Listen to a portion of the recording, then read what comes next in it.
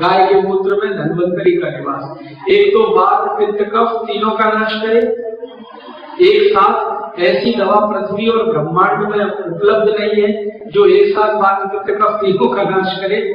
और ऊपर से गाय की भावना प्रेम और वात्सल्य की, क्योंकि माँ की जो भावना है वो गाय की है।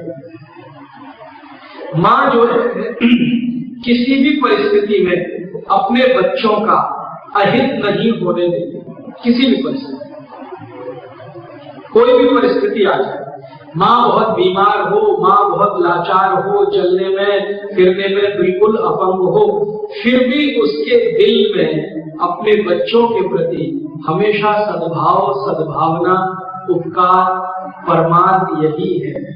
ये सब गाय में। गाय कितनी भी बीमार हो, कितनी भी लाचार हो, लेकिन अपने बच्चों के प्रति तो उसके मन में कभी भी दुर्भावना नहीं है। आजकल हम लोगों के मन में एक बड़ी गलतफहमी घुसी है।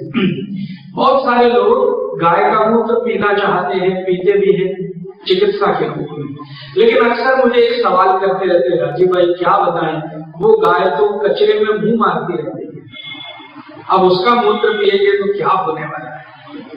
मन में कहीं कोने में रहता है कि ये मूत्र पीना ना पड़े, तो उसके लिए बहाने ढूंढना शुरू करते हैं। उनमें से एक बहाना है, वो तो कचरे में मुंह मारती रहती है, कूड़ा खाती रहती है, तो क्या करें उसके मूत्र को, पिए कि नहीं पिए। मैं आपसे बार बार कहना चाहता हूँ कि माँ कितनी भी लाचार, मजबूर हो, किसी भी परिस्थिति में अपने बच्चे का तो बुरा नहीं करेगी। मतलब गाय कितना भी कचरा खाए, कूड़ा खाए, आप चिंता मत करो, आपको तो नहीं मारेगी।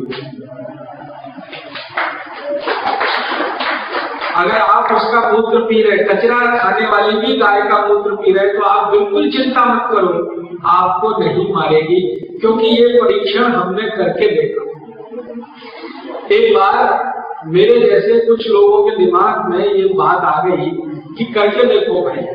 हमने क्या किया था, बहुत सारी गाय जो सड़क में घूमती है, किसी की तो है पाली हुई, लेकिन वो उसको छोड़ देते हैं दूध निकालने के बाद, तो सड़क में घूमती है, कुछ कचरा खा लिया, उसने कचरा खा लिया, तो हमने उनका मूत्र लिया, जो कचरा खाने वाली गाय का मूत्र लिया, उसको परीक्षण के लिए दिया, करके देखो भाई इसको। तो पता हर बार ये चला कि उसके मूत्र में कहीं भी कोई तकलीफ नहीं है।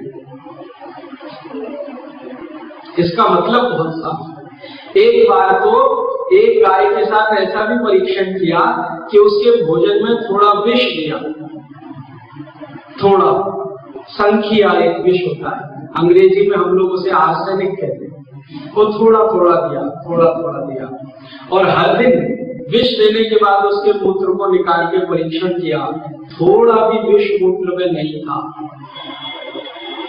थोड़े दिन बाद क्या हुआ, उस गाय की मृत्यु हो गई।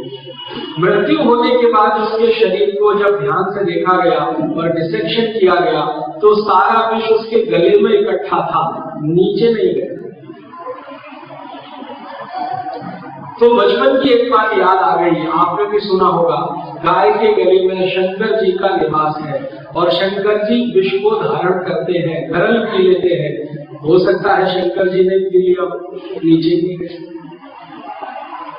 तो आप अपने दिमाग से ये भ्रम निकाल दो कि गाय कचरा खाएगी, कूड़ा खाएगी, तो उसके मूत्र को पीने लायक माने कि नहीं। शास्त्र में कहा गया है कि उत्तम मूत्र तो वही है जो गाय जंगल में चरने जाए और घास आदि चारा खाए, वो तो उत्तम है ही। लेकिन आप इसको दिमाग से निकाल दो कि अगर वो कचरा भी खाएगी तो भी आपको तो जहर नहीं देगी, वो खुद जहर ले लेगी, आपको तो नहीं। और हम कुछ व्यवस्था ऐसी बनाए कि गाय कचरा खाए क्यों। ये तो हमारा निकम्मापन है, हमारी नाकामयाबी है कि गाय कचरा खाए। हमारा निकम्मापन और नाकामयाबी क्या है, हम ध्यान ही नहीं देते। पहले जितना ध्यान दिया जाता था गाय पर, अब उतना नहीं। और हम ऐसे भी काम करते हैं अपने हाथों से कि गाय के लिए कुछ खाने पीने का दे तो पॉलीथिन में डाल के छोड़ देते हैं। अब गाय के शरीर में एक ही कमी है, बाकी कोई कमी नहीं। गाय का मुंह भगवान ने ऐसा बनाया है कि उसमें कोई भी चीज अंदर तो जा सकती है, बाहर नहीं आ सकती। जैसे आप कुछ भोजन को अंदर डालो और आप में कैपेसिटी है कि आप उसे बाहर भी निकाल सकते हो। कैसे? उल्टी करके। गाय उल्टी नहीं कर सकती। बस इतनी ही एक कमी है, गाय के मुंह में कोई चीज चली गई तो उसको बाहर नहीं निकाल सकते। मुंह की डिजाइन ऐसी है, मुंह का उसका बनाने का भगवान ने ऐसा कुछ डिजाइन कर दिया है। आप में तो ऐसी विशेषता है कि कोई चीज खाई और आपको लगा कि खराब है, तुरंत आप थूक देंगे, या गर्दन तक भी गई तो खींच के निकाल लेंगे। गाय ये नहीं कर पाती। इसलिए आप जो पॉलीथिन में कोई चीज डाल देते हैं तो खाने की कोशिश तो वो उस चीज की करती है, लेकिन उसके साथ पॉलीथिन चली जाती है। और हम कुछ आज के जमाने के पढ़े लिखे मूर्ख लोग क्या करते हैं कि कोई भी कचरा पॉलीथिन में डालना शुरू कर दिया है और बांध और देते हैं उसको पॉलीथिन ऊपर से बांध और फेंक देते हैं। अब उसको तो खाना है वो जो अंदर है, अब पॉलीथिन को खोले कैसे? तो हमारे निकम्मेपन और नाकामयाबी का सबूत है गाय कचरा खाए। गाय कचरा क्यों खाए?